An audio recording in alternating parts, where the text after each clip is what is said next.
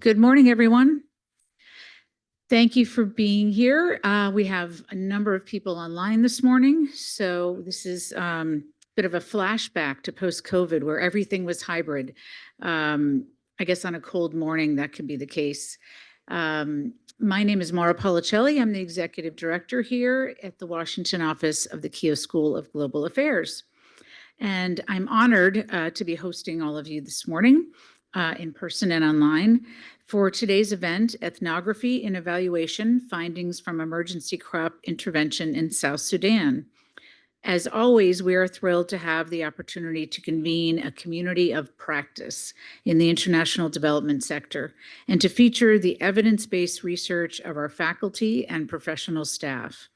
Specifically today, we're highlighting the work of Professor Kat Bolten and Danis Guzman, the Associate Director of Evidence and Learning at the Pulte Institute for Global Development.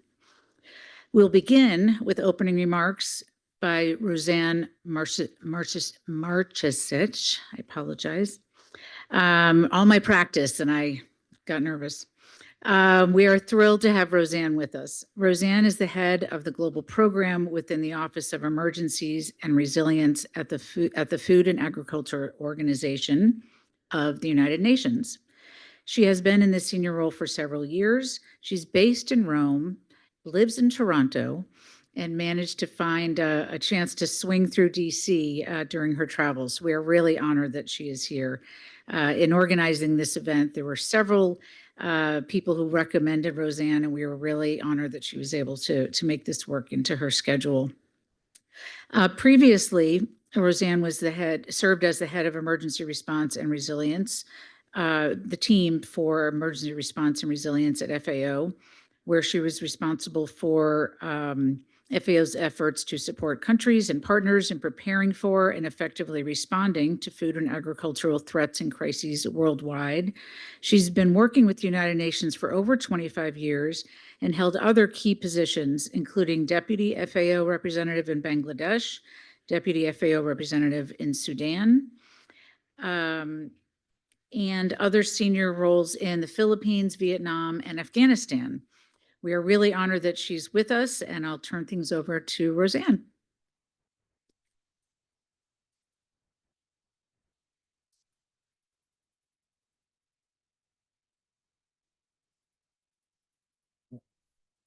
Thank you very much for that.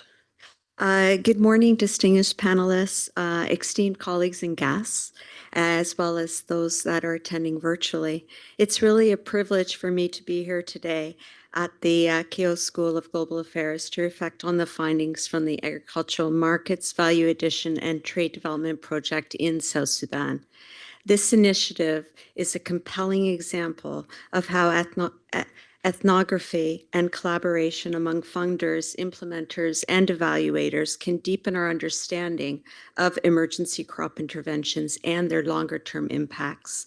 The AMVAT project, funded by the African Development Bank, through the grant to the government of South Sudan and implemented by FAO in collaboration with CARE International for Bor County, aimed to increase production, productivity, and income for approximately 20,000 farming households, focusing on value chains for maize, sorghum, groundnut, and sesame. By equipping South Sudanese farmers and traders, particularly women and youth, with new skills and knowledge for production, post-harvest handling, agro-processing to build resilience. It did this through cooperative agriculture, seed distribution, training programs, village savings and loans associations, and developing market linkages supporting 20 aggregation business centers, the ABCs. Today, we explore not only what was achieved, but also the invaluable lessons it offers for future programming. But before we begin, let us recognize those who made this initiative possible. I extend my gratitude to USAID Bureau for Humanitarian Assistance for their instrumental support of the evaluation, the University of Notre Dame Erie Research Consortium for their insightful evaluation, and CARE International for their dedication in implementing the evaluation in highly complex circumstances. At FAO, we recognize that addressing food insecurity in crisis settings requires a broader vision than immediate emergency response. Our work in South Sudan amplifies an integrated strategy that bridges humanitarian assistance with longer-term development. Through programs like AMVAT, we aim to foster resilience by building on existing community structures while addressing systemic challenges. By capturing participants' voices, perceptions, and lived realities, it reveals the nuances, impacts of interventions that traditional metrics could overlook. FAO's broader commitment to supporting agricultural livelihoods is reflected in several strategic initiatives. FAO has been a member of the Standards for Supporting Agricultural Livelihood and Emergency Steering Group from the onset. And published in 2022, SEEDS provides international principles for minimum standards to guide the design, implementation, and evaluation of crop-related interventions in humanitarian settings. FAO also contributes to acting learning programs with the Integrated Seed Sector Development in Africa, which emphasizes the diversity of seed systems, integrating formal and informal networks to enhance farmers' access to quality seeds. And last but not least, there is the Data in Emergencies Monitoring Systems, which generates evidence-based information by analyzing real-time data on agricultural livelihoods, market connections, and food security and crisis environments. The AMVAT project highlights the critical importance of collaboration. Its success was built on FAO support, USAID's funding for the evaluation, CARE International's implementation, and ERI's research. This partnership amplifies the value of aligned efforts across agencies and institutions to strengthen evidence-based decision-making and programming. FAO's contribution, particularly in strengthening these systems, promoting diversity, and supporting smallholder farmers, aligns with the broader commitment to sustainable development.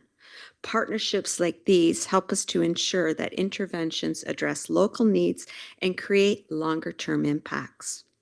Looking ahead, the insight from AMVAT called for a thoughtful approach to designing and implementing emergency crop interventions. Further strategies must leverage insight to design culturally appropriate and context-specific programs, expand market-oriented training to include value chain dynamics, and address systemic barriers such as insecurity and currency instability, which will be discussed by the panel shortly. In closing, the findings from AMVAT remind us that food security is more than about yield and incomes. It is fostering resilience, dignity, and hope for communities facing adversity. As we continue today's discussion, I encourage all of you to think critically about how we can incorporate these lessons into our own work. By embracing innovation, collaboration, and cultural sensitivity, we can advance not only the goals of food security, but also the broader vision of sustainable development. So I thank you once again for being here, and I look forward to the dialogue ahead. Thank you very much.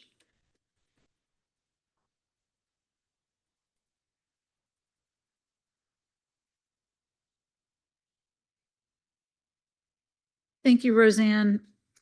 We will now move into our first session, in which Professor Kat Bolten and Srinivas Gottman will present the findings from their evaluation research. Kat Bolten is a sociocultural anthropologist with a significant amount of research experience on the African continent. She has conducted research in Sierra Leone since 2003 and worked in Botswana from 1996 to 2002. Dr. Bolten is currently Director of Doctoral Studies for the Kroc Institute for International Peace Studies at the University of Notre Dame and a faculty member in the Keough School of Global Affairs, as well as a concurrent faculty in the Africana Studies Department and a fellow at the Pulte Institute. Srinivas Gottman is an agricultural economist by training. He works as an evidence and learning scientist at the Pulte Institute, and he has held monitoring and evaluation positions at several international agriculture research for development institutions, as well as a Fulbright scholarship and a position as an agricultural economist for the government of Nepal. I'll turn it over to both of you. Thank you and good morning. Thank you and good morning. Before we jump to the main presentation of AMVAT evaluation, I would like to give brief introduction of the ERI mechanism under which this research was conducted and the BHA-funded emergency crop pilot project. So ERI basically stands for Expanding Reach of Impact Evaluation. It is a research consortium led by University of Notre Dame, together with other 4 research organizations. ERI uses innovative methods to conduct retrospective evaluations, meaning like after the projects have completed. And ERI has conducted evaluation of both humanitarian as well as development projects. By mid-2025, the ERI consortium is on track to complete over a dozen evaluations. All of them are retrospective evaluation on a wide range of topics in multiple countries. In addition to 2 other evaluations focused on USAID's PINE Fellowship Program and USAID's digital strategy. Now let me introduce the Emergency Crop Pilot Project, which is one of the many ERI evaluation projects funded by BHA and is a 3-phased project. Phase 1, which you can see in that poster, it is highlights all the activities of phase 1, was more involved in evidence mapping of emergency crop interventions and selecting pilot intervention for impact evaluation. A total of 19 projects expressed interest to collaborate with ERI, of which we shortlisted 8 projects for evaluability assessment, and we finally recommended 3 projects to BHA for implementing detailed impact evaluation. And in phase 2, it involved piloting innovative evaluation approaches where we picked 2 pilot intervention for retrospective evaluation after consultation with BHA and the implementing partners. The AMVAT evaluation was one of the 2 pilot evaluations that ERI team conducted, which we will discuss later today. The second evaluation is an evaluation in Ethiopia. It is an intervention implemented by International Potato Center, and that project was funded by BHA. And in phase 3, we are focused more on outreach and dissemination of findings from our evaluations. And today's presentation is one of several dissemination events that we are planning in 2024 and 2025. With this brief introduction of ERI and the Emergency Crop Pilot Project, I'll hand over to Professor Bolten. Thank you so much, Sri. I just received a message that the Boer care team was able to log on, so welcome everyone. Glad you could make it. So the AMVAT evaluation itself. Quick project overview, as you said, funded by the African Development Bank Group. The implementing organization, FAO, provided the seed and also helped organize the market linkages and the seed fairs, which they also attended. CARE was responsible for organizing all of the cooperatives, the training, and the implementation with respect to teaching, cascading teaching, and organizing the VSLAs. 3 PIMs in Boer County, Jonglei State. There are 5 PIMs there. 2 of them are completely flooded out. The IDPs went to the other 3 PIMs, and so these are the 3 PIMs that we're focused on. This was the second phase of the project, 1 year of implementation, the calendar year 2023. And the goal was to establish commercial agriculture for sorghum and groundnut specifically in Boer County. largely pastoralist area. These are Dinka people who are historically pastoralists. Some of them began farming recently, others, mostly the IDPs, this is their first experience with farming.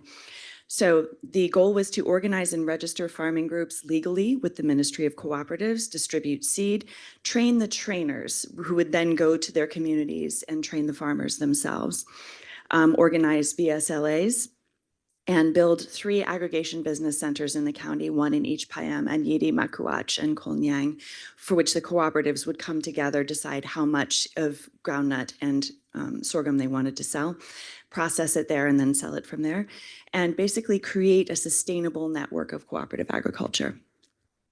There was no formal TOC for this project, which was interesting considering that it had goals and objectives, but not a specific theory of change. Essentially that spurred on by continued instability and small arms proliferation, population growth, the idea is that you had to switch people over from pastoralism to farming in order to both quiet the violence and deal with the fact that not enough land was available to continue largely pastoral lifestyles. Did everyone finish reading this? Okay. So the evaluation context, this was retrospective, 6 months after the activity closed. It was important that it was retrospective because the farmers had to complete a full agricultural cycle for us to have any idea of whether they were successful with the market linkages, the seed fairs, and the business aggregation. So the research questions that guided us: perceived impact of AMVAT on food insecurity, and I allowed the people that I was working with to define that for me. When did they feel food secure? What were the sources of insecurity? Did they learn? Was knowledge produced in this context? Beyond AMVAT, what other contributors were there to project impacts? And I'll go specifically into this question later as to the organizations and programs that preceded AMVAT and were parallel with it that impacted it. And which of the program aspects were reported to have the strongest and weakest effects on food insecurity, and key constraints and unexpected positive outcomes of the impact of the program, sorry. So this was an ethnographically informed evaluation. 2.5 weeks is not enough time to do an ethnography. I'm used to being able to spend a year or 2 immersed in a place. Not possible. What this allowed me to do is essentially ask open-ended questions that were not predetermined and also not pre-coded. I did not have a code book or keywords before I entered this evaluation. I had topics of interest and open-ended questions that I was able to ask people so that they could guide the conversation. They could tell me what was important, what was not important. I could ask clarifying questions and learn about their perceptions of success. So when you're doing a program that's largely social and knowledge oriented, you have the yield, which CARE put in their final report, but you don't really get the nuance of whether the farmers thought it was successful, which is critical to its sustainability. If they're enthusiastic, if they feel that they learned something, if they feel that they're going to get a lot out of this, they will continue to do this in the future. So these open-ended questions also address the fact that there was no formal TOC. And so I was able to kind of work around this to figure out if the TOC, as informally stated by CARE staff, was what was actually going on in this context. And also it helped me to understand pre-existing conditions. So I was able to do long-form one-on-one interviews with leaders of cooperatives and the trainers to get a sense of how leadership structures evolved, how they became the leaders in their communities, what they were doing with respect to encouraging people, the knowledge that was produced, and how it was that they turned from largely pastoral lifestyle into leading agricultural cooperatives. So this is just a quick and dirty table of the data collection. I was aiming to get representation across the different kinds of groups that we were working with. 2 groups of widow cooperatives, farmer groups that form cooperatives, 2 groups of IDPs. They had been displaced by the flooding, moved to Anyidi Payam, had never farmed before, had never done VSLAs before, had never actually held capital in anything that wasn't cattle before.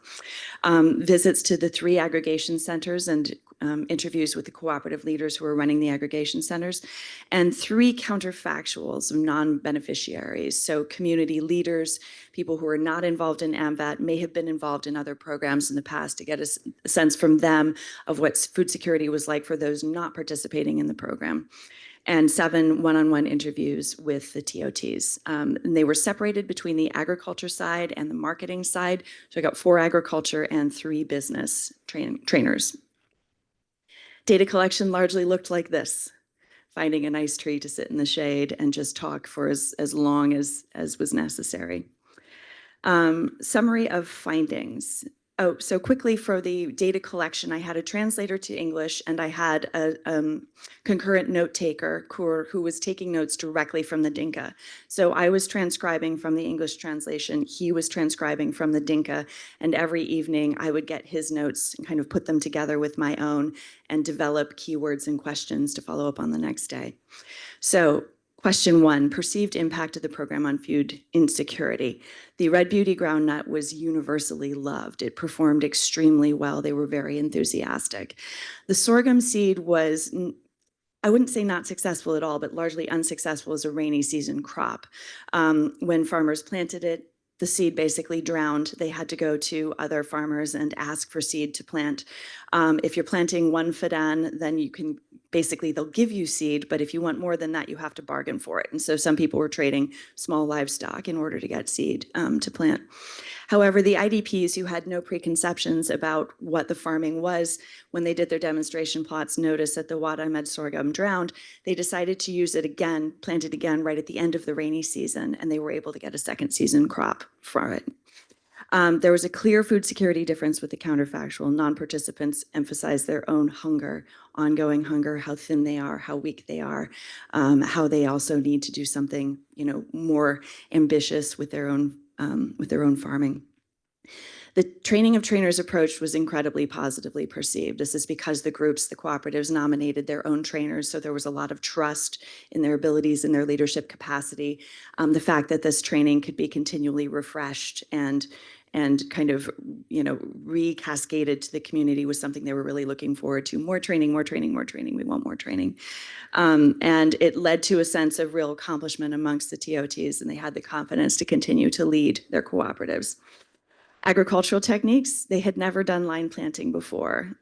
This shows you kind of how new everyone is to agriculture. Even those who say they primarily participate in it would broadcast the seed and just see what happened from there. Actually taking the time to do line planting, they said, was the single greatest impact on yield. So reported effects of the training on farmer knowledge, huge enthusiasm for the market linkages and confidence in their new skills.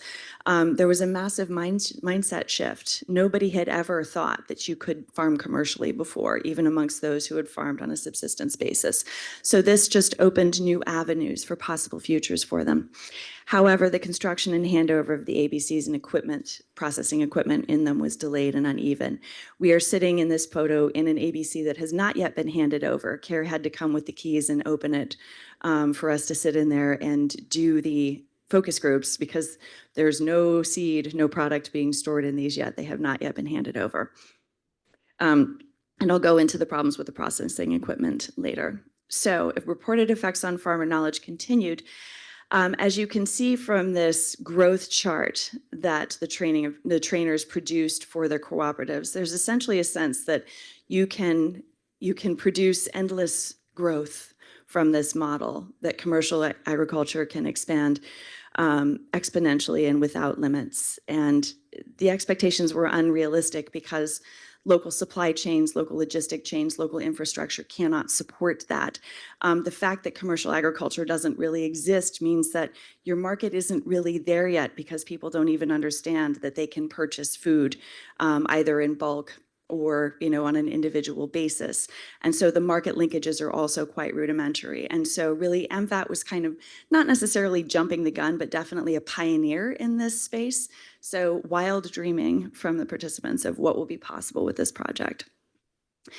Question 3, other contributors to AMVAT. So this was mostly from the counterfactuals. when I asked them what other organizations have been working in this space and what have they contributed. And it was very clear that there was a decade of interventions before AMVAT that made it possible, laid all the groundwork for this to happen. First, the peace building and gender-based violence programs. They needed to be able to work together, trust each other. And before that, they needed to be able to see each other and not tense up for fear of violence. And so there were programs done by CRS, Food for Work, building roads between the PIAMs. That participants said, you know, you could show up, get food for the day, meet other people, see that they were hardworking, see that they were not violent, and that this was kind of fundamental to laying the groundwork for the cooperatives. Subsistence livelihood programs done by NRC and ZOA basically kind of got them farming in the last 10 years as an alternative to pastoralism. And then cooperatives and VSLAs were formed within previous care programs and previous ZOA programs. So they had an idea of doing things collectively, which would not have been possible without the peace building and reconciliation and GBV programs. The GBV programs also made it possible for women to take on not just participant roles, but also leadership roles. The Widow Cooperative predated AMVAT by a decade. Strongest and weakest effects, lots on this slide, so just hang in here. So mindset shift. People thought that they could actually dream about different futures for the first time. Having profits from the sale of agriculture made that possible, that they could think about sending their children to university. Line planting was something that everybody could do. It required no more knowledge and no more infrastructure to do, and it would immediately impact yields in a positive way. Interest-based loans. So they had Tanduk, which is the traditional rotational credit society, but with interest-based loans, people able to pay back the interest from what they took on the loans, everyone who participated could get a share out at the end of the year. This is also part of the mindset shift of dreaming big. Women's leadership. Women's roles were, women were farm group leaders, trainers, and ABC managers.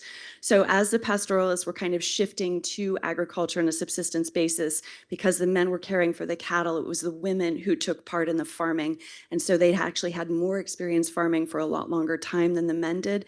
And this made it a lot easier for them to transition into leadership roles. The men actually nominated them because they knew what they were doing. And the success of pastoralists. So the one greatest indicator of the fact that the training was successful was that the IDPs who had never farmed before got fantastic yield and were super excited about this, which to me indicates that the training was successful and the red beauty seed was good. Weakest program impact. So VSLAs were hampered by currency instability.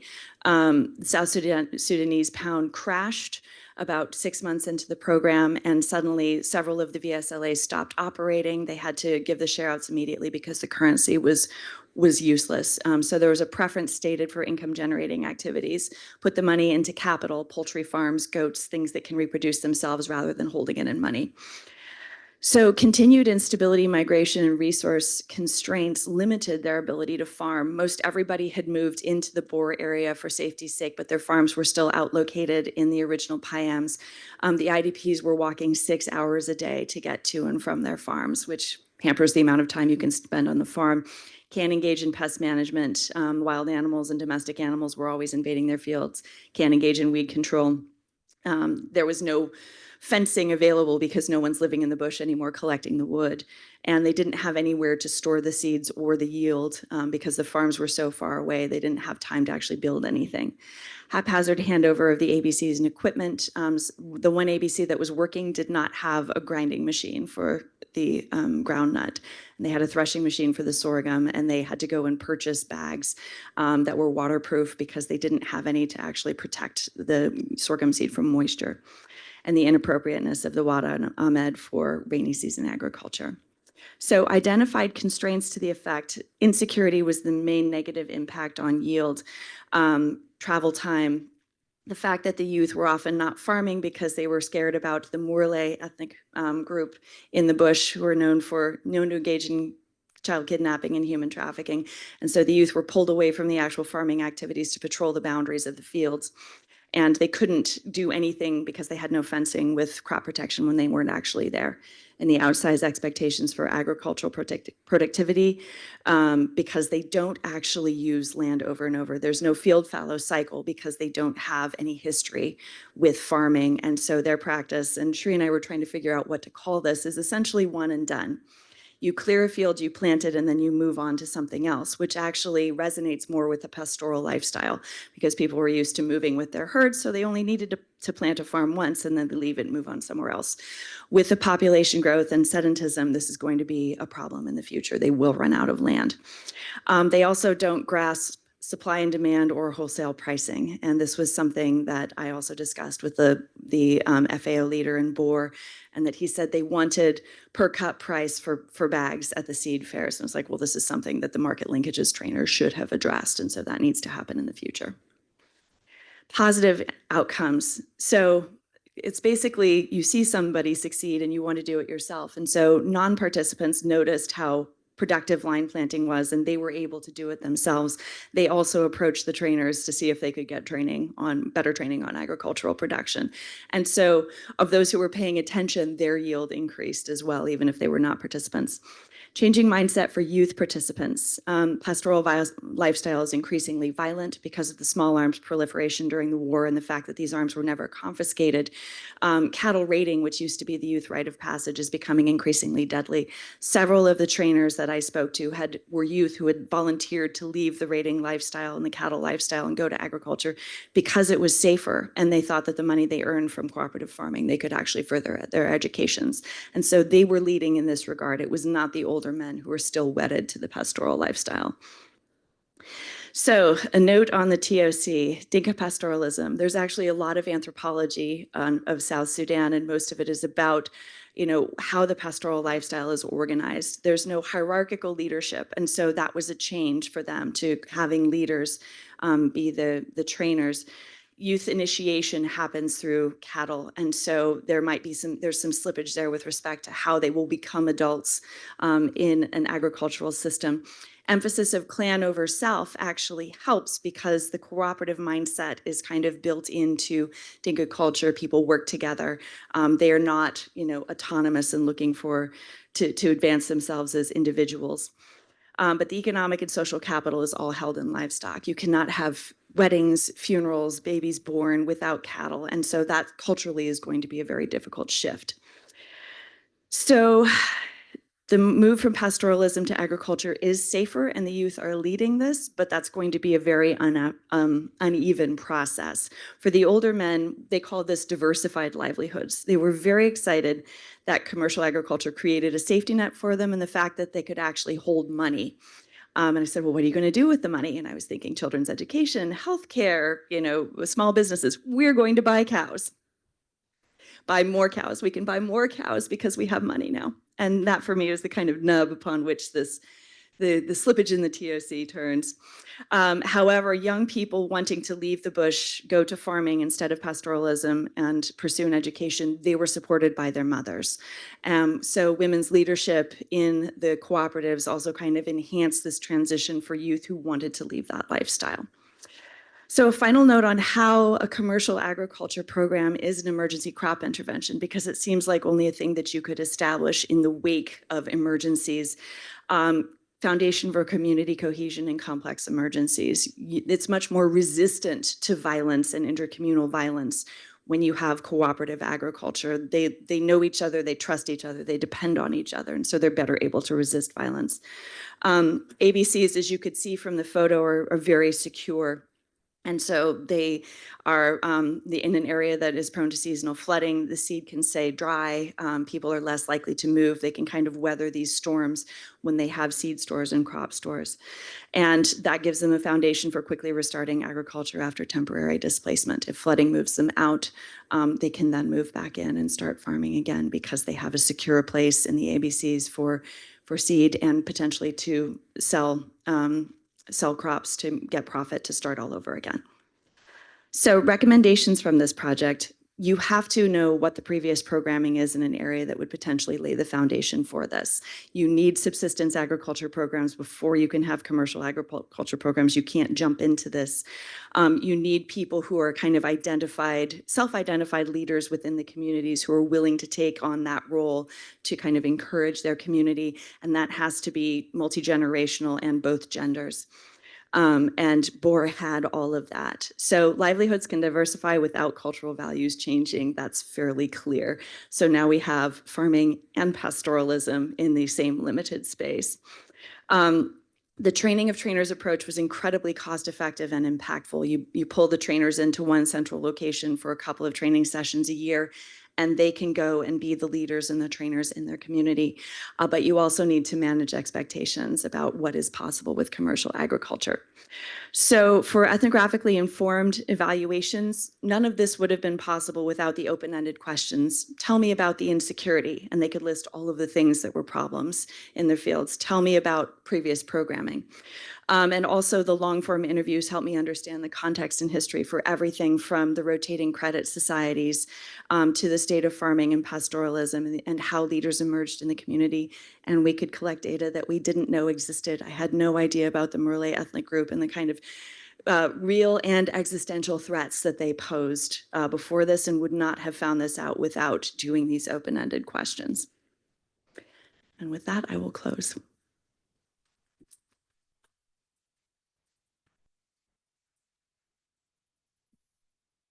Thank you very much, Professor Bolten and Shri.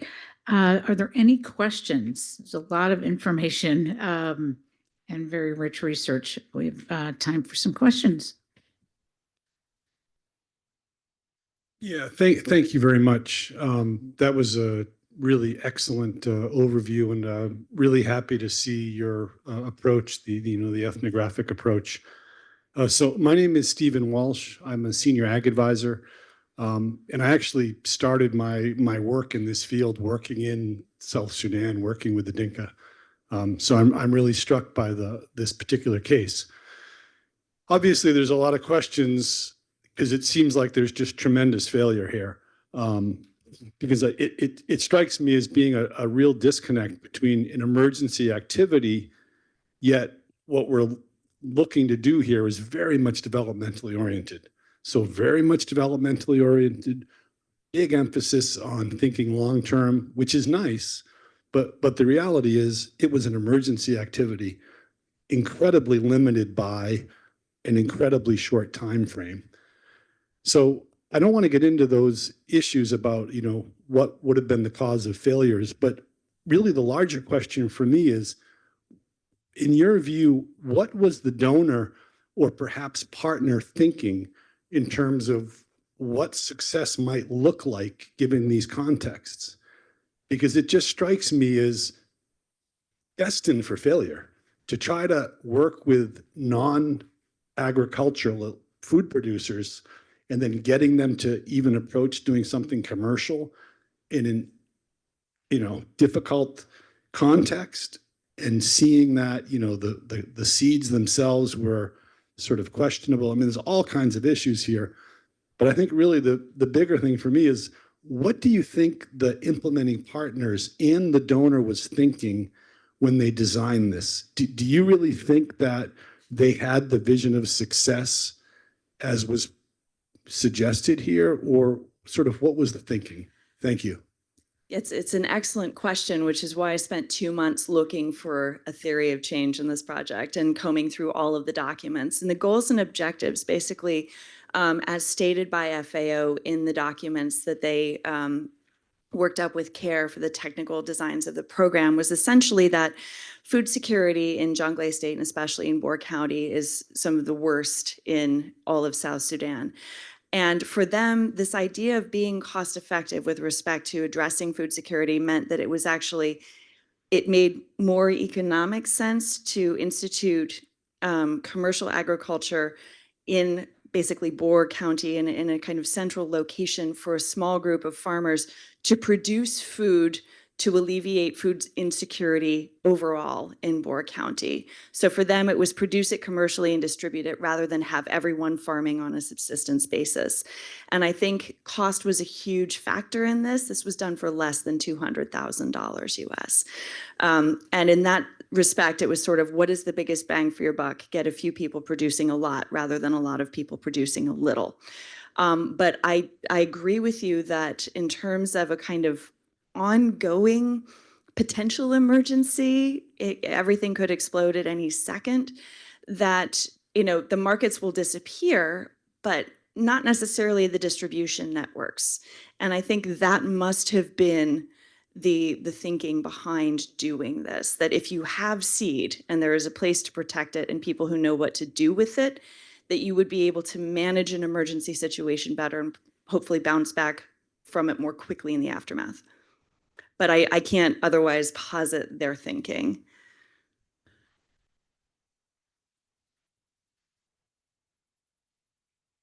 Any other questions? Reflections, insights?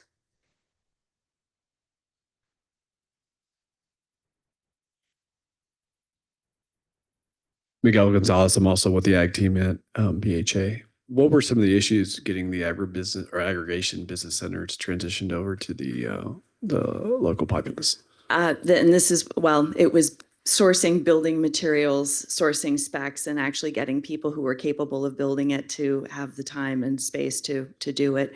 And so this speaks to the problems with infrastructure, supply chains, and logistic chains in South Sudan, and that FAO was tasked with building the ABCs. This was not CARE's job.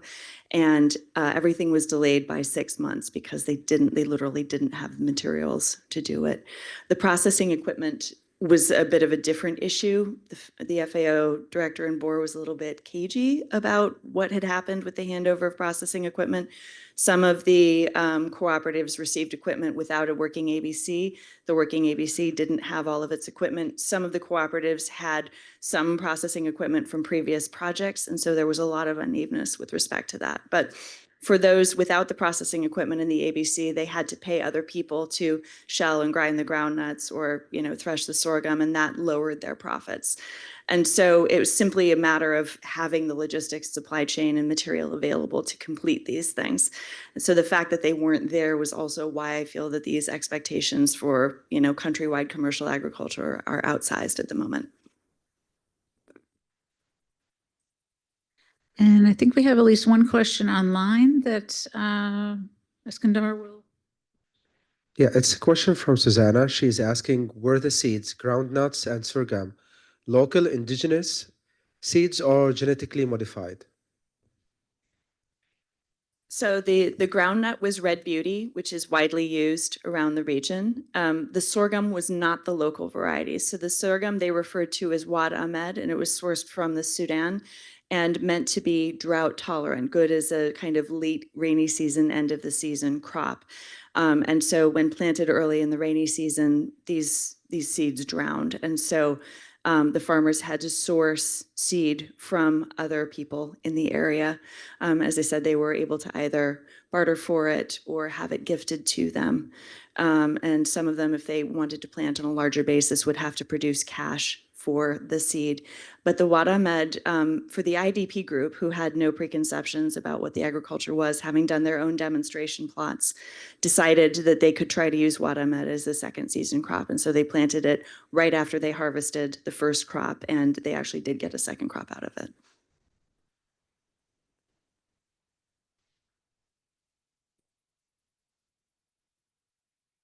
To follow up on the question around the ABCs, I'm curious, you did this technically 6 months ex post, but it sounds like those transitions have not occurred or ongoing. Can you give any status as to what's happening there, what that handover could or would look like?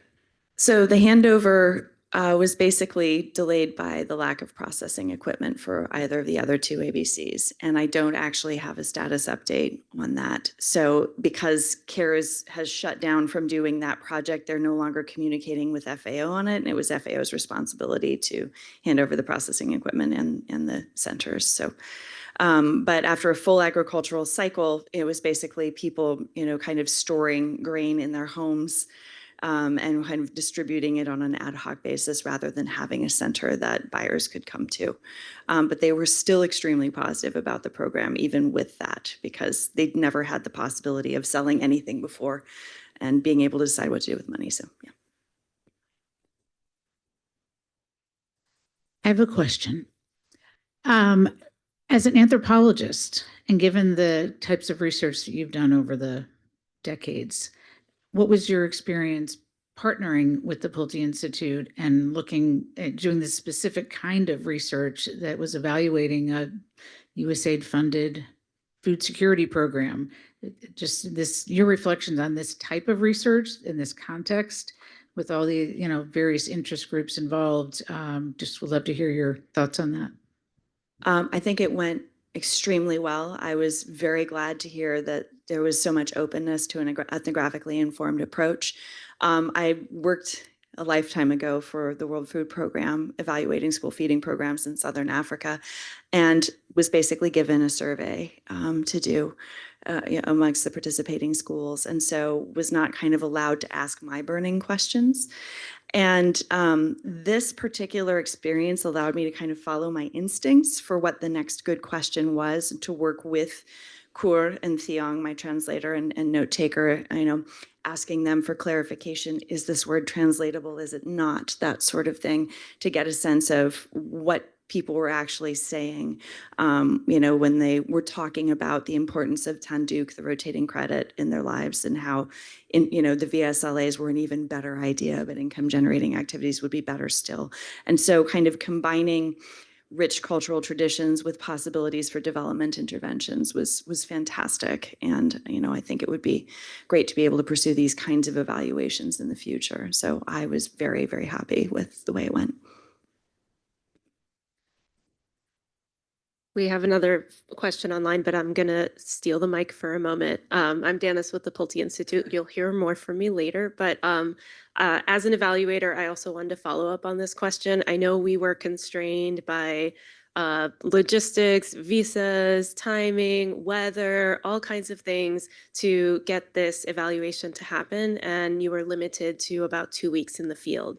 I know ideally as an anthropologist, you would want to be there for like 2 years, but probably with a project of this size, that's not reasonable either. So I'm curious, from your perspective, what would have been ideal? How long would you have liked to have spent realistically? And yeah, what would have been the ideal situation for you to conduct such an ethnographically informed evaluation? Oh, how much can I say? I mean, even when we had initially planned on a 3-week evaluation, the idea was that I would accompany farming groups to the fields and would do it the way they did it, on foot, spend all day there in the weather, see what happened, kind of really understand from their perspective how difficult this was, but also how committed they were to it. And for all of the reasons that wasn't going to happen, their time constraints, they were concerned about security. And so that was kind of taken out of the project. I would have stayed locally in some of the bomas in each of the payams, and also had a better sense of the counterfactual. What were the serious differences between participants and non-participants in the project? What were people doing with their time if they weren't walking 3 hours to the farm and 3 hours back?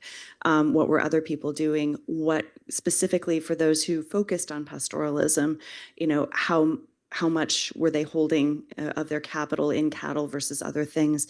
What specifically are the women doing if they were not leaders in this project? And I got some hints of that from the counterfactual, that they had a much lower opinion of their women than did men in the project group, because they were saying things like, oh, the women here work so hard, they don't have any money. They need income generating activities to have their own money. And I'm thinking, well, there's a different family dynamic here than that within the AMVAT group. And so there was a lot of nuance with respect to how people spent their time, the different ways in which they were working on their own food security issues, exactly how decision-making was made within people who took money out of the VSLAs, what they were using it for, how the cooperatives were making the decisions about how much of their product each of them was going to contribute. I would have loved to sit on those meetings. There was just every single bullet point within this I could have spent 10 days on. Rather than 2 weeks as a whole. So how much time is that?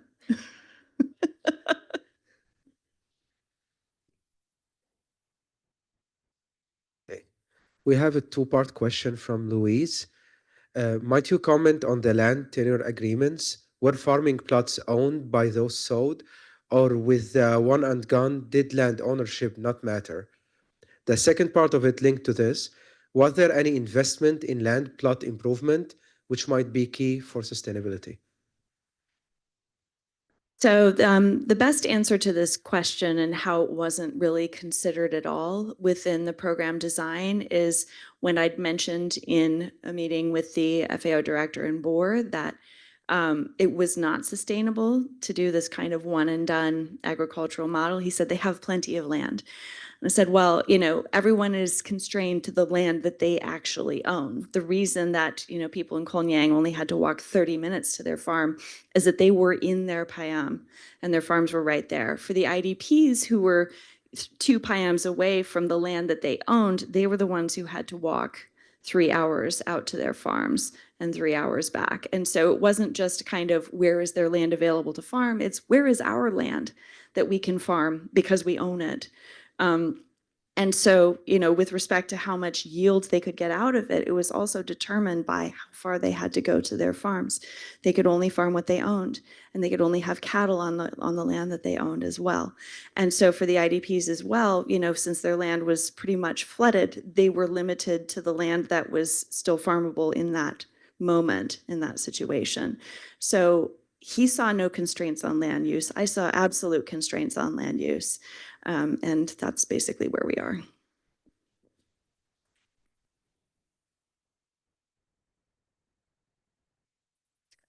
Anything else? Any other questions, reflections? And one more on? Yeah, we can read this. Yeah, that's it. Yeah. Okay, Magwali, I hope I pronounce it well. And he said it's not a question, but a response to the question with regards to the length of the projects and a contribution to what we sought to achieve. The project is actually a 5-year project, and the phase that was evaluated was phase 1. And we are now in phase 3. So over 5 years, we are looking at a possibility of contributing to a mindset shift amongst the pastoralists, cattle in South Sudan, Probably South Sudan. South Sudan, to contribute to a lot of intra and intercommunal conflict. And the project seeks to contribute to a reduction in this. FAO, South Sudan.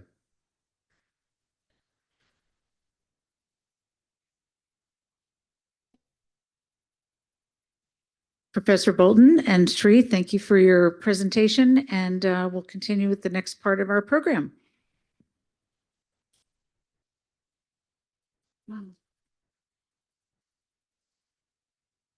Terrific. Now I'd like to invite Danis Guzman, Associate Director for Evidence and Learning at the Pulte Institute, to come on up here to host our conversation with some other experts who have gathered with us today.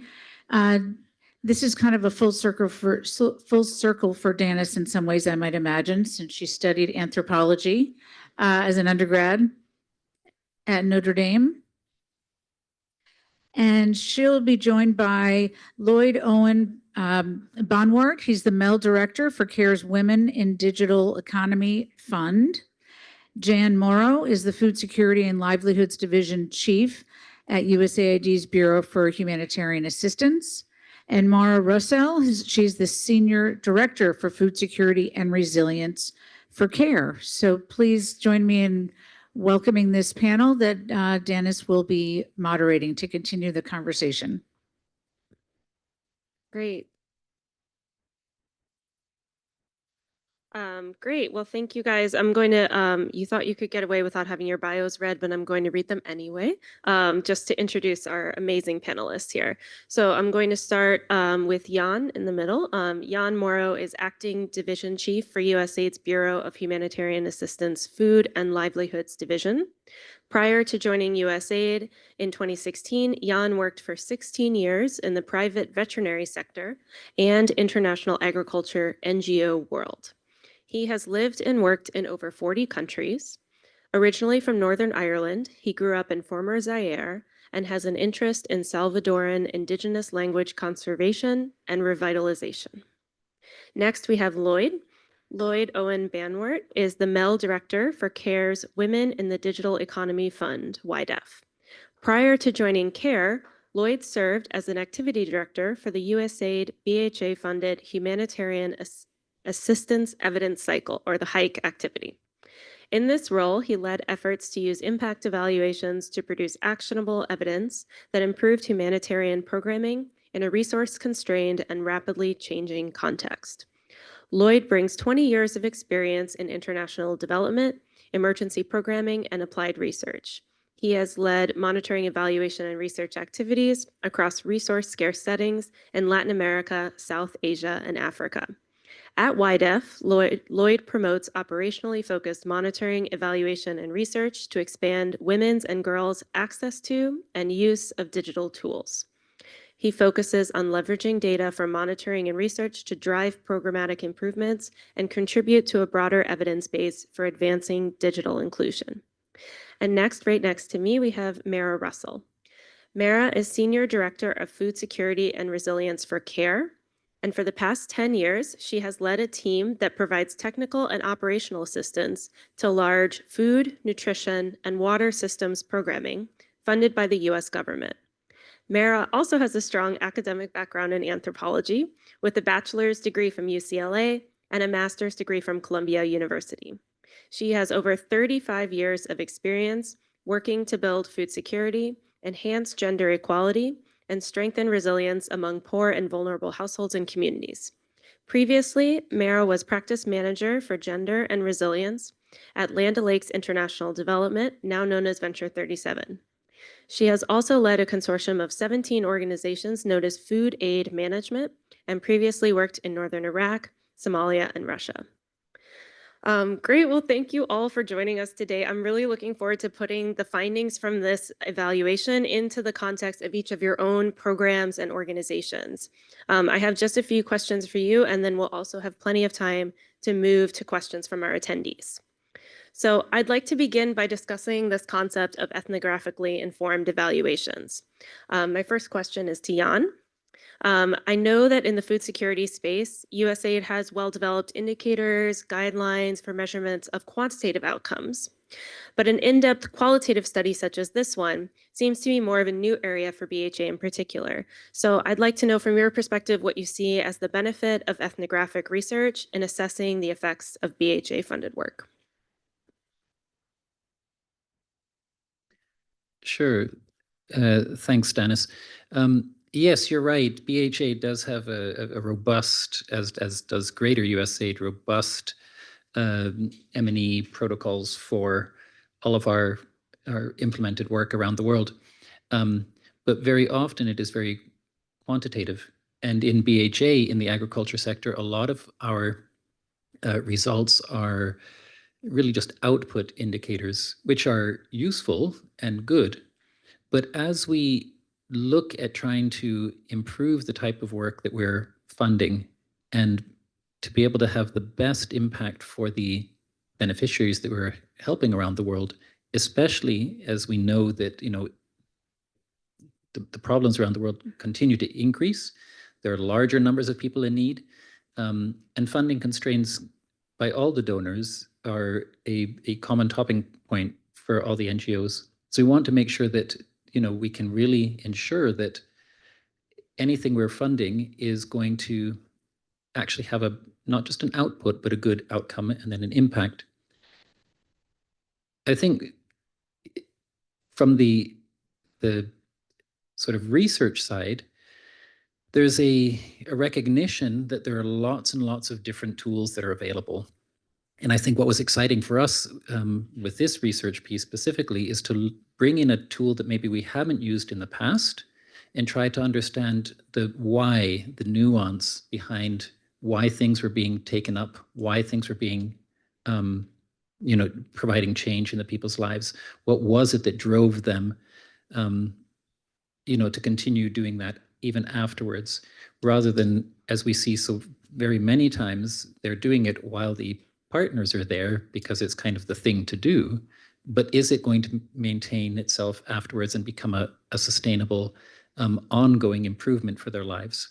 So from our perspective, it really was a way to expand the palette of research tools that we had, and a very exciting one to be able to include these couple analyses in our work. Over. Thank you. I think next I'd like to ask Lloyd. I know, Lloyd, you come at this work with your own background as an economist. So you're probably pretty focused on causal inference, quantitative methods, things like that. So I'd be interested to hear how you see this type of ethnographic research fitting into that type of work. Do you see a complementarity or maybe a fit for purpose between these different types of evaluation methods? Yeah, definitely when I kind of came into the sector out of grad school, I was very quant focused. And over time, I've joked around with other economists that I've kind of been sucked into the dark side of the value of qualitative work. I think one of the things Kat said at the end was actually really insightful, that the program as a whole, the phase that they evaluated was $200,000 or USD, right? To do a proper quantitative impact evaluation of that program would probably exceed the cost of that whole phase. Even a cost-effective impact evaluation would exceed the cost of that phase. And so, marrying these concepts for larger programs where you have quant married with qual, I think is, we all talk about mixed methods being important and understanding that why, but the insights that were presented here today were obtained at a fraction of the cost of what a quantitative study would do. And so I think the ability to do that is really powerful, and doing that in these ex post, like what John was talking about, the persistence, the value of this funding once programming stops, 6 months after the fact, 12 months after the fact. Like for me, those are really keen evaluation questions for donors to really understand, all right, we're no longer funding there. What is the persistence of the work we've done? Is there continued value in it? Is it short-term? Is it long-term? And that starts to shift some of the strategy, I think, in agencies. The last thing I'd say is a pivot from BHA's perspective around the use of qualitative, especially for folks online, is BHA has really been a proponent, and I think in kind of the cusp of using qualitative research recently. Now you have guidance coming out with it's the qualitative inquiry sheets, so they actually, in development programs, you have these quips where they're promoting using qualitative indicators for programs. So they're kind of stepping away from always having to be quant focused, which I think is a really welcome and refreshing change for the sector. Over. And then finally, Mara, I'd love to hear about this from the perspective of the implementer. I know in particular you bring a background in anthropology to your own work, and I'm wondering how you see ethnographic research informing CARE's own work, their staffing, their programming. Yeah, would love to hear from you on that. Okay, well, from that perspective, I think, I do have a background in anthropology. I can't say I'm 100% an anthropologist, but I do have, some, what shall I say, it's kind of there in the way I think about things. So from my perspective, introducing change into people's lives and livelihoods really requires a change in their worldview, in essence, the way they see the world, okay? And this is reflected in terms of power, roles, responsibilities, etc., based on the context and the people around them. These vary by all kinds of different social differentiators, including gender, age, social status, wealth, whether someone is displaced, ethnicity, whether someone is indigenous to the area, disability, race, and etc. It includes beliefs. Now, the beliefs could be completely outside of the realm of reality. Okay, so the idea in many cultures, there's a prohibition amongst pregnant women eating eggs during pregnancy, which is actually the opposite of the value, the nutritional value of eggs for pregnant women and for fetuses is actually very important. It has like all the micronutrients that are necessary for that. So those kinds of things are out there. But also these beliefs and ideas include people's view on materialistic aspects of life. So including livelihoods, food production systems, income generating activities, et cetera. And so given that you raised the idea of anthropology, I have to talk about a debate, which I was party to back when I went to grad school, and I won't say when that was, but it was a long time ago. The debate between structuralism, which was originally theorized by Claude Lévi-Strauss, and cultural materialism promulgated by Marvin Harris.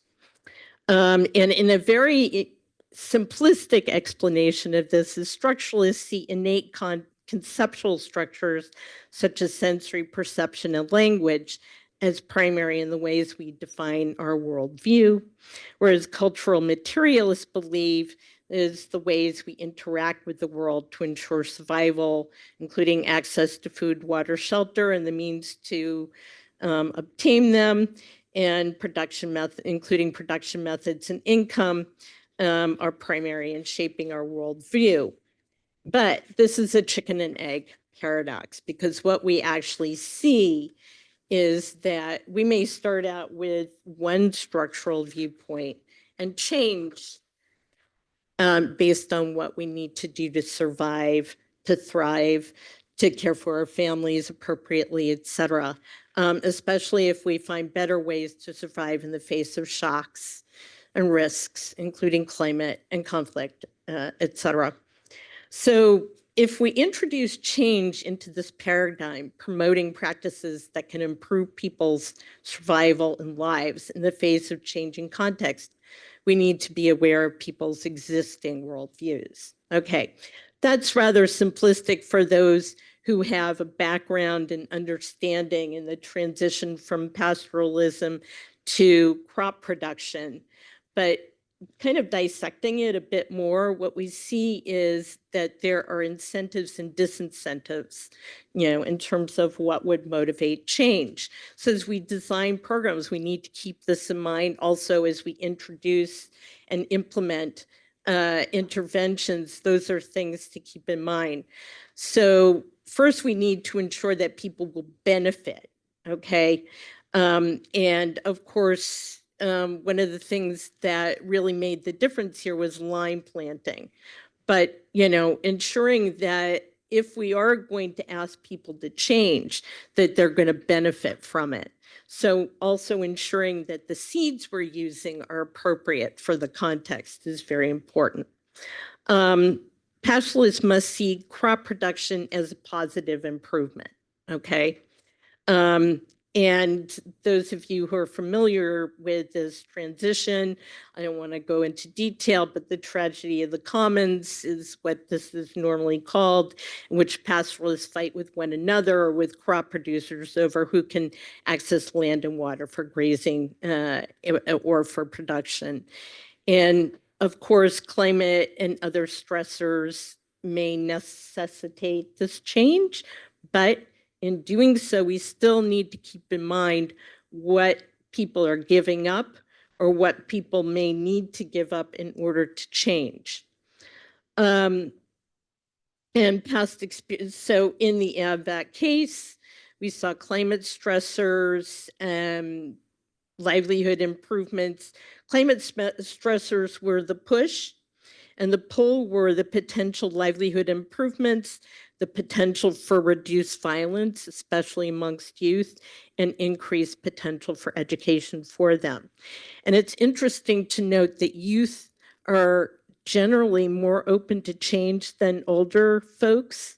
And this is actually due to the fact that youth is seen as a critical phase when taken physiologically, brain development is expanding during that period.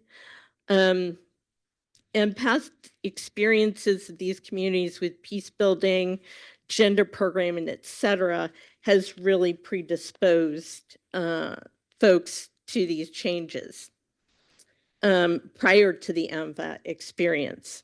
However, we may find that the environment supports people not changing.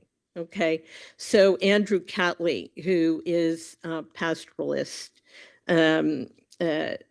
scholar, has argued that mobile pastoralism is in fact very adaptive as a livelihood in many parts of Horn of Africa. And new livelihood opportunities should be built to take better advantage of that.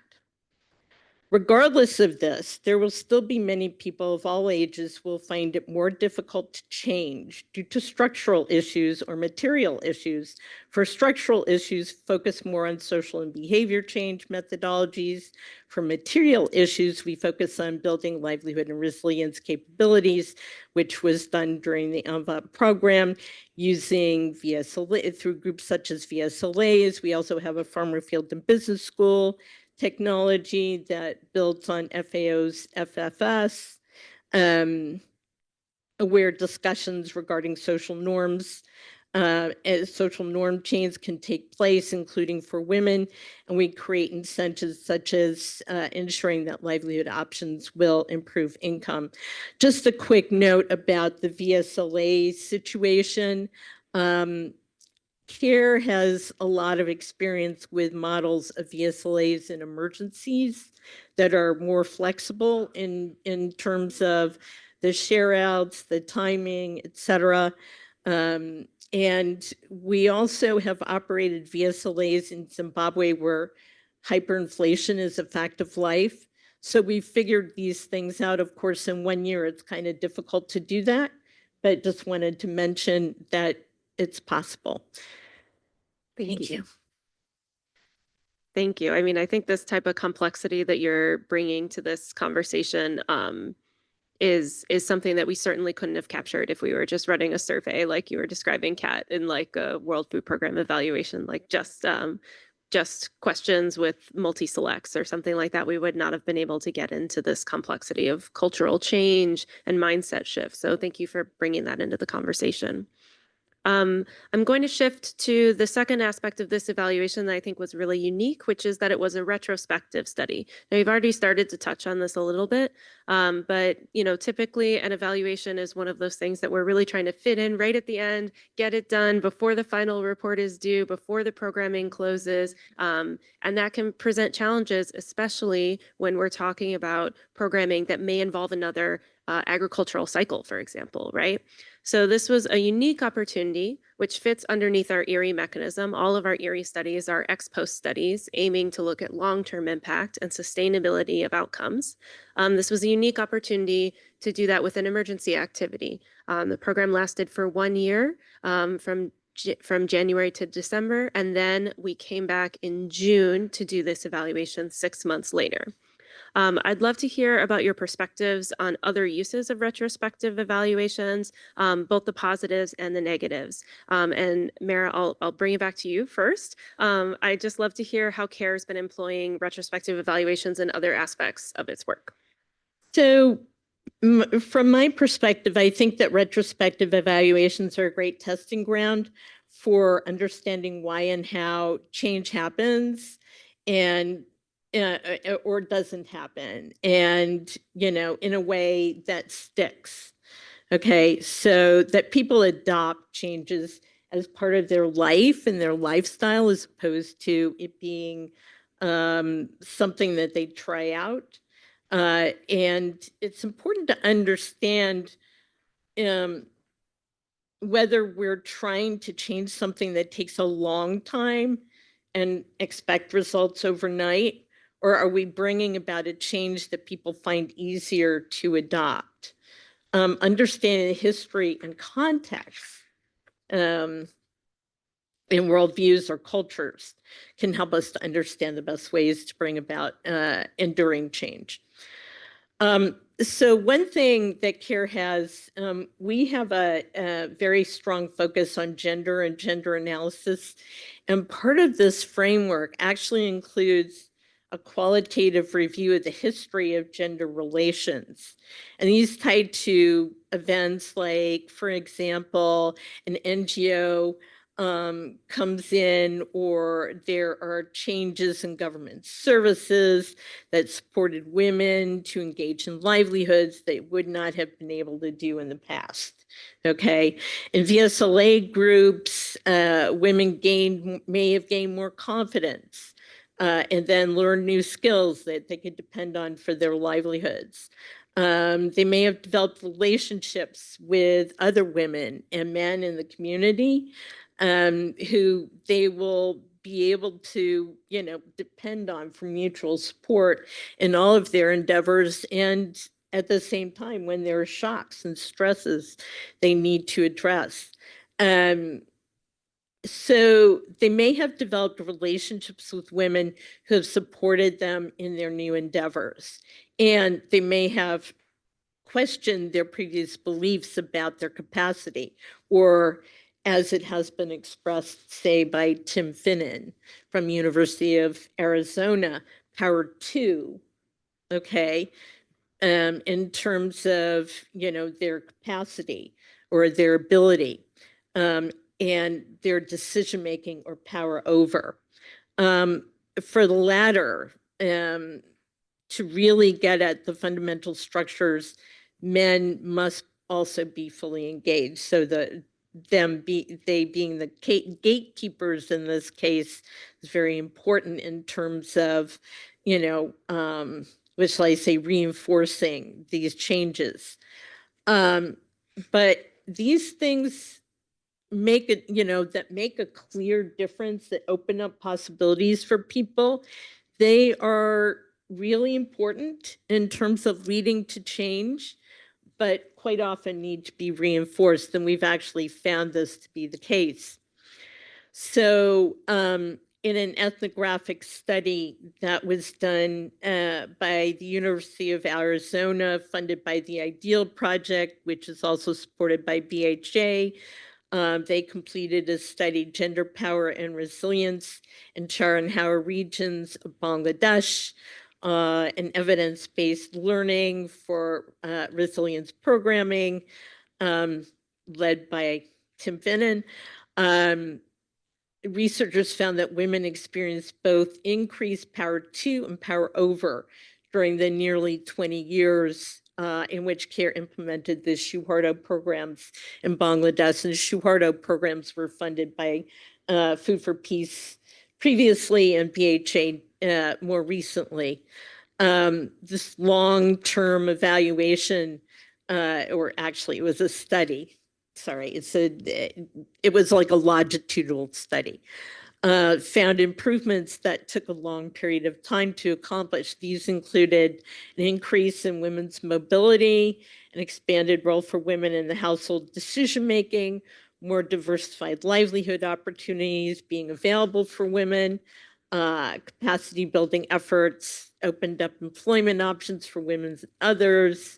There was more information sharing, social protection and public services more readily available.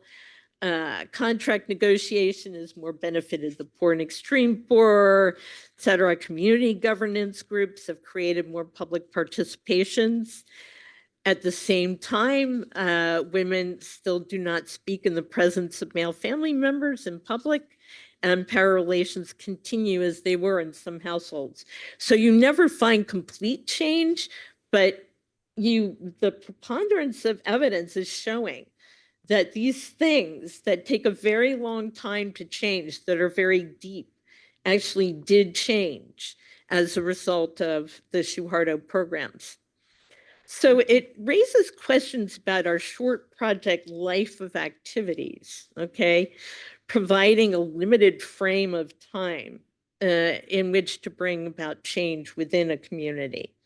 So people can adopt what is promoted or not, okay? And sometimes it takes longer for that adoption to take place than we expect. So there's this common practice called community-led total sanitation. It's a activity or a set of, it's an intervention that supports the elimination of open defecation in communities. And it's supposed to be completed within 1 year.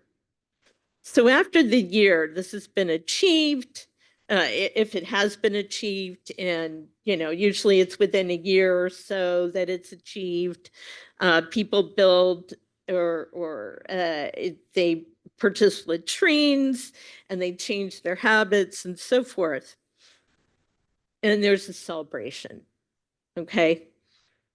However, I have seen assessments of this, particularly in Mali, where we had many communities that were declared ODF. And we went back after a year and none of them were ODF any longer. And that raises a question to me in terms of, are we getting at the right things?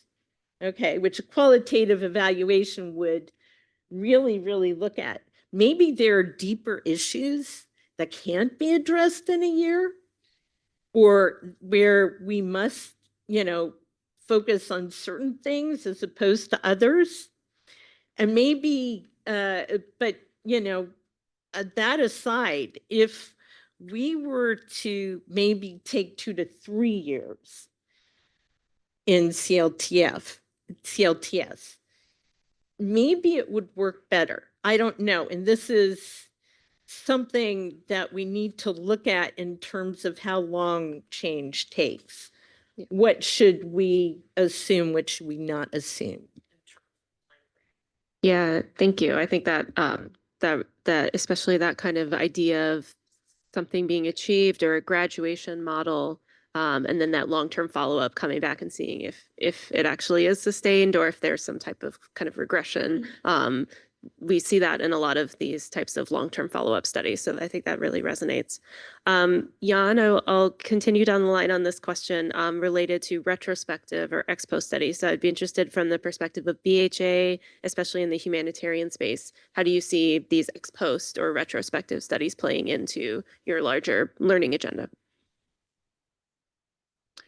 Sure, thanks, Dennis. Most of the agricultural programming that BHA funds is a 12-month funded project. We do have some longer-term emergency awards that can go up to 3 years, multi-year emergencies, but they're relatively new for us as a, once we started with BHA, and there's not that many of them yet.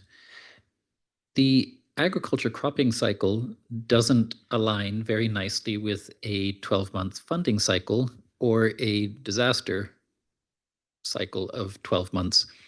And so very often there's really no way to find any true impacts during the lifetime of the funding.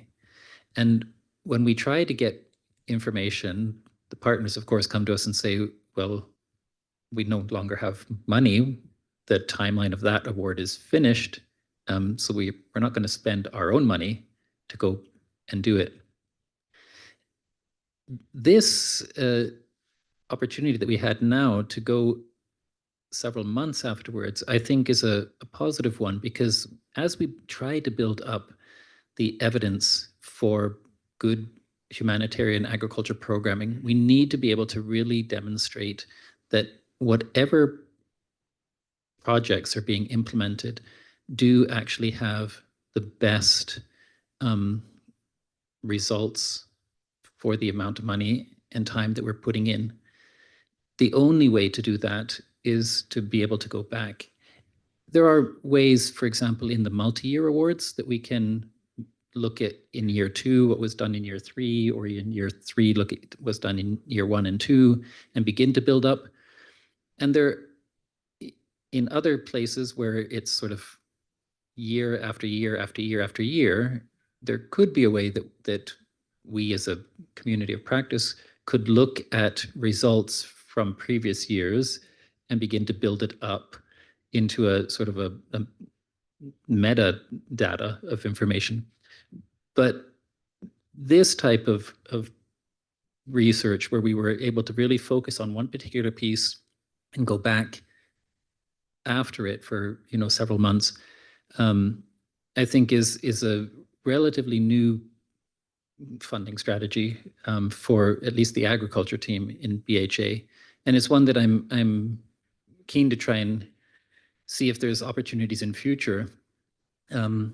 Like Roseanne had mentioned earlier, the BHA supported the development of the seeds, the global standards for crop agriculture. When that first began to be developed, one of the major findings is that there wasn't a lot of evidence-based data available. There's a lot of information, but it's not analyzed. So there may be good results out there. If we do want to do the best work possible, which should, always be our aim, the fastest, the best economically to still achieve the results for the most people that are in need, we have to have ways of finding out that information. And so for us, this was a good first step in the humanitarian or emergency agriculture programming, and I'm thrilled that we were able to, partner in helping to get some good, interesting results. Over. Thank you. Lloyd, over to you, how you see kind of this idea of retrospective evaluations fitting into your own work. What do you see as the challenges and the benefits? Yeah, I think especially listening to Mara and Jan, so if you think about when evaluations happen, they happen either during the course of programming, right as programming ended in line with your end line requirements for your award, or some type of ex post. I think we all can come to an agreement that the overwhelming majority of evaluations done is that middle one, like when the award ends at the end line. And maybe, I hope it's not too controversial to say up here, but that's probably the least valuable time to do an evaluation, because it's not, by the time the findings are in, the award's closed, they can't adapt anything. Maybe there's a phase 2 or phase 3 that can utilize that. But that's also like the freshest point.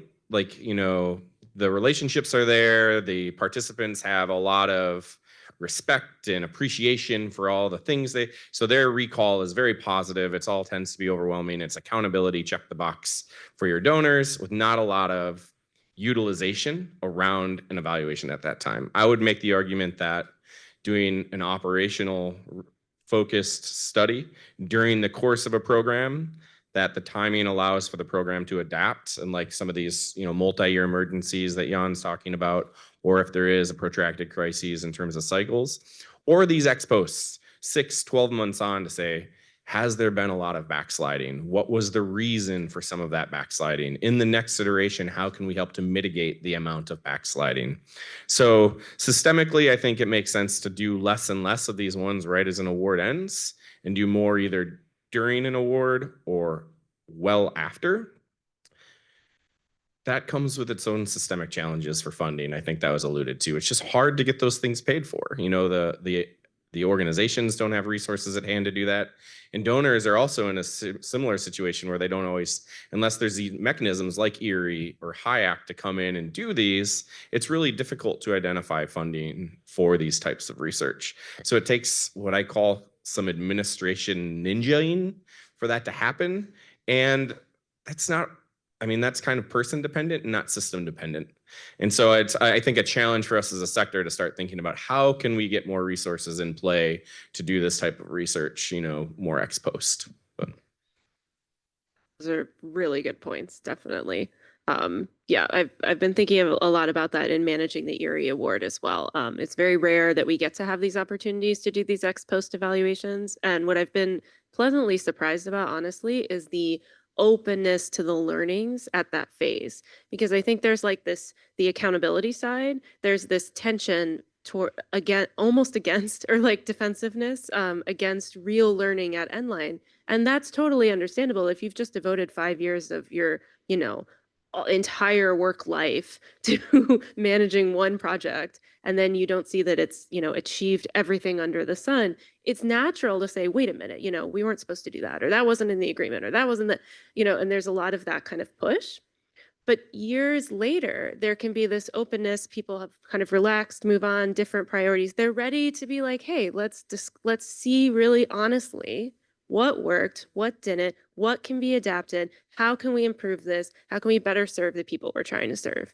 And I've really so much enjoyed working in that space through the Erie mechanism. So I just wanted to add that.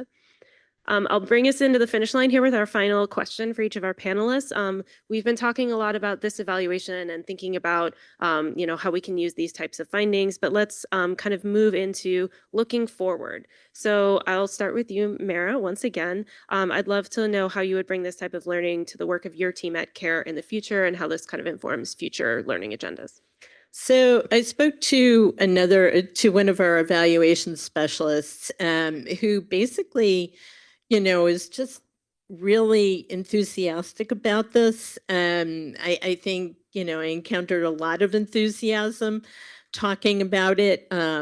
Using ethnographic evaluations can support not only our understanding of why and how change takes place, but can also support us in understanding the precursors that interventions require for successfully promoting certain types of change. So looking at the sequencing, what do we need to accomplish first? I think Kat brought that out quite well in, saying that there needs to be subsistence crop production first and gender and other kinds of interventions before you introduce the market-based focus of this project. But I think in development, we tend to make assumptions that we know what changes should be made and are needed for people, households, and communities to prosper, and sometimes we step out there and we do things without really properly checking, what is going to work in this context? What kinds of seeds should we use in a flood-prone area? Okay, are we going to use drought-resistant seeds? Not really. Okay, so things like that, and research like this can support our understanding of what changes people's experience, what changes people experience, and whether and how that is in line with what people, households, and communities need and want in order to change. So, that kind of underpinning that I was talking about in terms of worldview, cultural anthropology, sorry for doing Anthro 1, in front of you, but, that is really important, I think, in terms of our design as one of the areas that we want to focus on, as well as sequencing those interventions along those lines. But I also want to end with, I think our field staff know more than what they're telling us through these quantitative surveys. Okay, they are involved in this change. They see the change, they talk to participants, they know what's going on in communities, and they even see quite often the dynamics that are going on. They don't have much time to devote to it, unfortunately, because they are really there on, they just have enough time to do these quantitative surveys, like you were saying, Kat. But I think that they could, if they were provided the opportunity, they could dig more deeply into social, economic, psychosocial, and other promoters of and barriers of change. We also do not often look back at the last project implemented to learn lessons from it, okay? Especially if we didn't implement it, okay? So when we're designing the follow-on, we sometimes don't take the time to review what was done in the past. Where is this community now? You know, quite often we come to it like a tabula rasa. And I'm really glad that in this project, we didn't do that, okay? In terms of the evaluation, that there was an understanding of what was done in the past, and that made a difference in terms of how things would move in the future. So I think they make a difference in terms of how we design. They make a difference in terms of if we need to do a course correct through adaptive management. What are we going to use as evidence, especially if we don't have anything but quantitative data? Like, how did things change? Why did they change? What happened? Okay.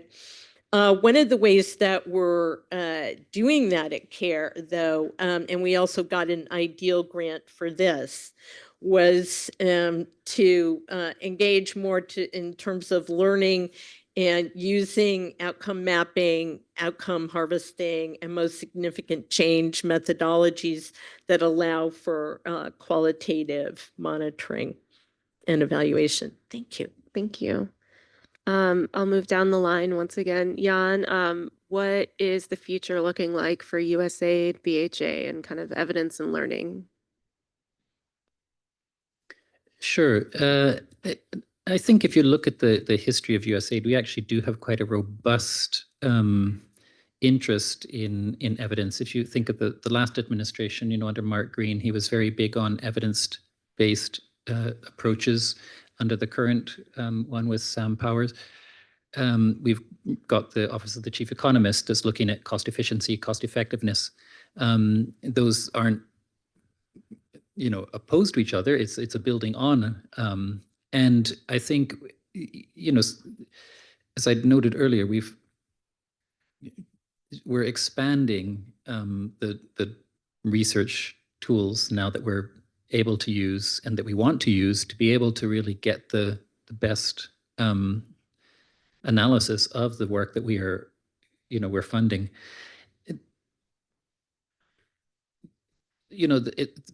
There's so many different ways of looking at things. I think one of the pieces that's important to remember is that regardless of which methodology you're using, as long as there's strong rigor on that, then it can be a justifiable piece. And that's I think, you know, there's some folks that suggest maybe that these types of pieces aren't as useful, but they really can be. And I think it's a matter more of, you know, looking at that rigor. A couple things within BHA. So we've been almost 5 years now since the stand-up of BHA. The agriculture team this coming year is pulling together our sort of new learning agenda, looking at the next 5+ years. So that's something that we want to be doing. At the moment, the BHA is also going through their program lifecycle redesign process, the PLERP. And one of those pieces is moving away from our emergency application guidelines to using global best standards, such as the livestock emergency guidelines and standards for the livestock pieces of agriculture and the seeds that Roseanne and I have already mentioned previously. And so to be able to begin to build up, you know, stronger bodies of evidence, I think is going to be very useful, both in our learning agenda as we look at, you know, evidence gaps that we want to try and address with future funding over the next years, these types of studies or other pieces of operational research. And just, you know, sort of in the larger humanitarian world where we're supporting the development of those global best standards, which are going to be based off of the findings of these types of studies. Over. Thank you. And then Lloyd, I'll pass it to you for the final word. Your thoughts on kind of this need to build up the evidence base. Yeah, I'd echo what Jan and Myra both said as well. I have a fresh outlook on this right now. So a month ago, I kind of left the food security sector, and now I'm working in digital inclusion. And so I've been digging into as much literature as there is and kind of the evidence base and digital inclusion, and I'm realizing, oh wow, it's really thin. Like I left the food security, especially looking at the humanitarian side of food security, going, oh, there's not a lot of evidence out there. It's pretty thin, and what evidence it is, it has, it's not a lot of external validity outside of different contexts. And then I went and saw digital inclusion. I go, well, in comparison, there's a whole bunch of evidence on the food security side, right? Which, for good or bad, I see the same challenges facing both. And that challenges is the kitchen sink. When you go to do a study, all of the stakeholders, you have your donor, you have your different consortia partners, you have your academics, they all have their own incentives for why they want to do that research. And so then let's add this module. Let's add this research question. And as you add modules, as you add research questions, what is also being added? Expectations. And all of a sudden you have this study. It might have started off as a $100,000 study or a $50,000 study. Now it's hundreds of thousands of dollars. Somehow the budget's been realigned to pay for that. And with that, everybody's seeing it as the silver bullet study. Like they're expecting the findings to really influence the sector or the region, and the expectations for the work we do, I think, is too high. And we need to manage all of our own expectations and bring them down. And the way I think about this is around how we'd contribute to your own retirement plan, your 401k. It's like small amounts contributed over time to the evidence base is going to eventually add up to some really meaningful changes, but you have to have that vision of 5-10 years down the line for that evidence base. You can't go, oh, we're going to do the study and our answers are addressed and we can and solved.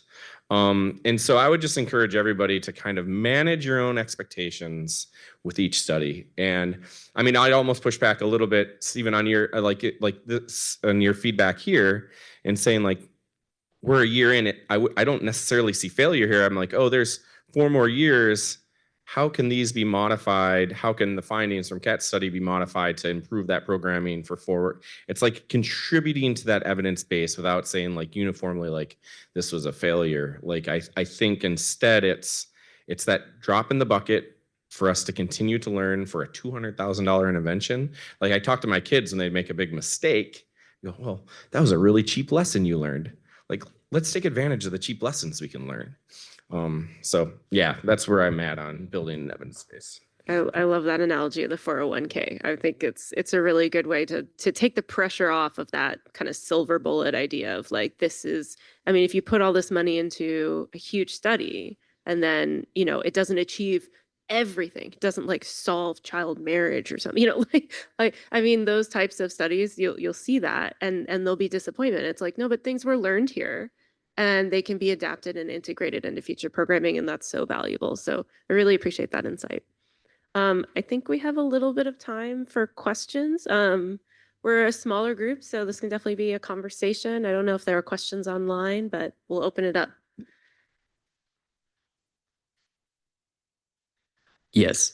Alex DeWall published a book in 1989 called Famine That Kills, and it probably remains the most seminal book ever written from an ethnographic perspective on food insecurity. And it was written during his research in 1983, 1984, during a famine in Darfur.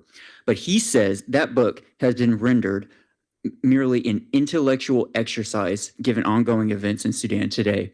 So we've talked about a lot of technical challenges, funding cycles, donor limitations and perspectives and whatnot. But what are the other larger political obstacles that are preventing us from drawing lessons from this ethnographic research that would stop us from merely keeping this research an intellectual exercise?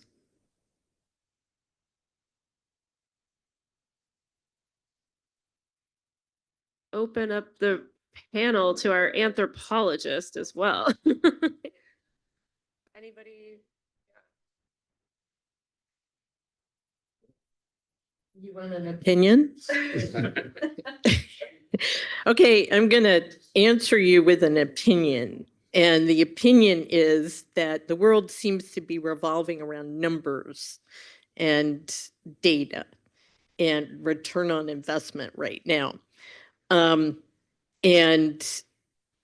I think it's, that, in terms of the annual reporting on indicators and the final evaluations that are focused on indicators, et cetera, it makes or breaks in many ways. Sitting in NGO, we were saying, oh, what is the utility of a final evaluation from the NGO standpoint? It's whether or not we get the follow-on, okay, or we get funded again in some place. If we bombed out and we didn't accomplish what we said, then that's for me. But I know that on an annual basis, folks from the administration go in and they defend the budget, okay? And they have to provide the numbers, the hard data in terms of what was accomplished over the last year. Now, you can say that, if you tell a story on why things happened that way, et cetera, you will benefit more. But I think also, I think that it's the attention spans to some extent of people. Do they want to continue something ongoing? And so I'm going to leave it there.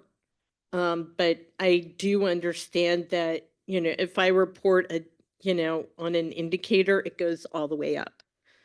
It doesn't, it's not like something, okay, we can learn from it. That's great. But it goes all the way up to the top. So if I'm going to figure out how I'm going to get that message across, it's sometimes difficult to do it without those key numbers. And that seems to be the way that it goes. Also, I don't know, it's like there also seems to be a drive to figure out what to accomplish during the life of a project. So in other words, getting the information as soon as possible, making change during the project as opposed to afterward. So it's interesting to see BHA funding stuff like this post-project, but I don't see a lot of it. This is like the exception, not the rule. Same thing with qualitative. There's more now, but it's the exception, not the rule. Did you want to add it? Oh, no, I was just going to say, it's the second time this week someone's told me I should read that book. I have not read it, but Kat, would you be willing to punt? I mean, you just did the work. You obviously read the book. Do you want to? Sorry to take away moderation. No, it's okay. I actually started my work in this space before I joined WFP with Amartya Sen, Alex DeWall. I'm kind of looking at the fact that where food is not necessarily where it should be, and what are the constraints to access, and that requires a thoroughly qualitative approach. But the problem is that complexity is everywhere. It's difficult to address, and it makes people shy away from trying to do anything at all. And so the simplification through numbers is kind of what renders mentally and emotionally possible the effort to create change. And the reason I think Mara anthropologists aren't invited into this space is because we love to problematize everything. And so, kind of qualitative evaluation that moves closer to what anthropologists are doing is a fantastic way of kind of creating the possibility to digest a lot of data through code books, through Atlas TI, and all of these things. But the immersion is what generates the possibility for understanding the why. And Rex and I had a kind of informal conversation over questions on the final report as to the usefulness of TOCs. Where do these theories of change come from? Rex asked if it's just a scientific, a nod towards scientific rigor that we're going for here. And I think that's the problem, is that we have predefined what rigor looks like. And clarity is rigor, whereas I disagree entirely. Clarity is a lack of rigor. Clarity is actually not really engaging with the messiness of the world as it is. And we have to be more comfortable in the mess. And I think, with humanitarian action, that's the biggest issue, is that we already know it's a mess. That's why we have to go into this space. And coming out with an evaluation that says, well, it's a mess and this is why, doesn't add the kind of level of comfort, confidence, or clarity that people need to keep moving forward. And so I think it's a very delicate balance to try and kind of achieve in that space. I just wanted to add a little bit about this project. So in this project, we are trying to do exactly the opposite of making it an academic exercise, because the process through which we selected the projects to evaluate it were of interest of the implementers themselves. We co-created the evaluation design, and we got a lot of support in data collection as well from the implementing partner. And the fact that even before we were finishing the report writing, the care team was so interested to learn from it. And we have organized 2 dissemination events with them. And we are organizing a final care broad global team in coming months. So I think we were at least doing our best to not just make it an academic exercise, but use it, to be used by implementing partners moving forward. And I would add just one, like along those lines, and I think Jan, you might have mentioned it, or maybe it was Mara, like the idea that field staff know, and they do, what's missing is our system's ability to track that and kind of aggregate it for higher decision makers. And so I think this idea, Sudan's kind of unique, and I haven't read the book, but it's been in constant flux for the last 40 years, right? And so with that, some of the reasons that these evaluations don't happen in those contexts is humanitarian assistance culture. Like, hair's on fire, everybody's running around. Like, I'm literally saving lives. I don't have time to sit and process. And another reason is bandwidth constraints. They don't have time. And so I think the more that we can get away from this idea of only a little monitoring with these big evaluation studies, and instead like big M, lots of monitoring, listening to our field staff, getting systems in place to document their trip reports, and aggregate that meaningfully, and maybe invest a little less in the evaluation, might end up with some of this culture shift to hear and listen to our field facilitators and practitioners more routinely in a systematic way. I just want to add one quick thing. So the head of our VSLA team also mentioned that, these days we are doing these quick and dirty surveys called Women Respond, where we're querying women in VSLA groups in a number of different contexts around the world. And we use that data as a way of kind of getting a sense of what is the level of vulnerability that women have in certain contexts. What are their capabilities? How are they changing? What are they doing to adapt, et cetera? And there are other mechanisms that we use along those lines these days more frequently. But once again, when you have over 100 indicators to measure on an annual basis, and your annual survey is all about that, you have very little time to understand why and how.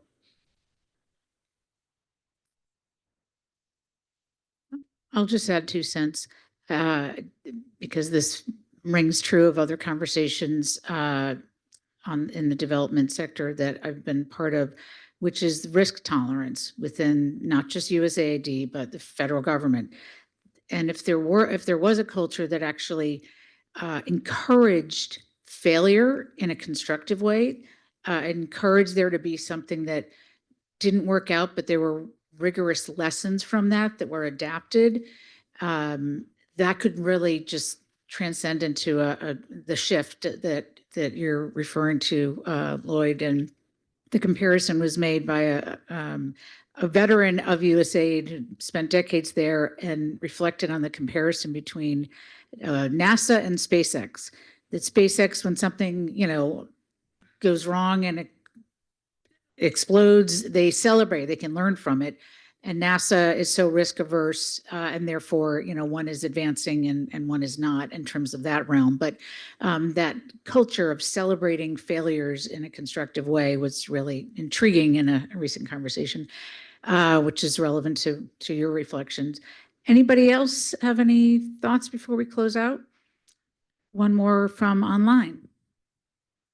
Yeah, question from Louise. This is a comment and a question focusing on ethnography.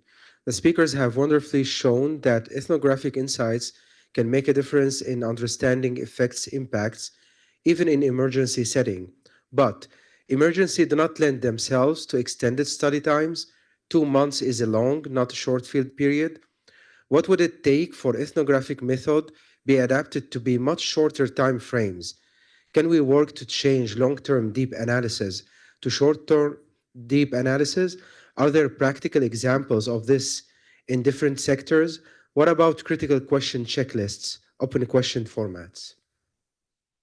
Okay, I would speak to that very briefly and then would love to hear from Kat, Lloyd, anyone else on this too. I'm thinking of developmental evaluation as one way to maybe address this. Developmental evaluation usually embeds an evaluator within the program staff so they can be standing alongside the programming staff and accompanying them throughout the programming process. So it's not like 2 months of fieldwork that has to happen at the end or even ex post, but can be brought into the programming as it's going on. So you can get that deeper awareness, complex awareness of what's going on with programming and recommend adaptations as things go on. So I haven't heard of developmental evaluation being paired with ethnographic methods, but I'm suggesting it here all on my own. But I think that might be one way to address this issue of needing a long time for field work, whereas you really want to be learning lessons along the way and adapting. So just one plug for that, but other thoughts? I'll chime in as somebody who's not an ethnographer and have only been tertiary engaged with them. And this comes from Tim Finan's work at the U of A doing ethnography for the Shahardo program in Bangladesh.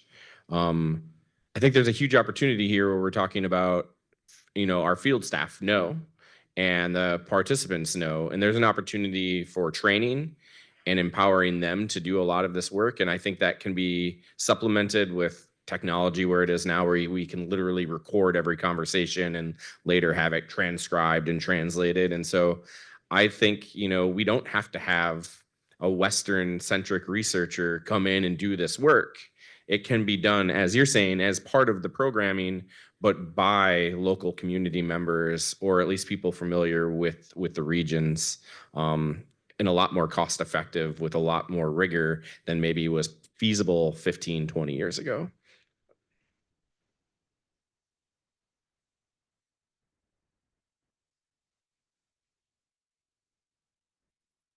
Agree with you 100%. They have to be empowered to do so, because they're afraid of things going wrong because their jobs are on the line. And so they're not in a position kind of in the hierarchy of the organization to say, this is why this is failing, because then they're talking directly to the donors as well. And so, that needs to be addressed on so many levels, because, half the time I was in, even the car on the way back from a focus group, and I'm just chatting with, the field staff about what they think about all of these things. And, that's where some of the questions for the next day came up, because no one has actually asked them, what is the impact of this sort of existential threat of this ethnic group on the time that people spend in their fields? And they can speak directly to that. So yeah, they need to be empowered to do so. And this was a 2-week evaluation, which was terrifyingly short for me. It was like, I'm not going to come up with anything that I can stand behind because it's such a compacted period of time. But, everybody was so willing to talk about what had happened that it ended up working, to the extent that it worked. But as I said, I would have loved to have 6 months there.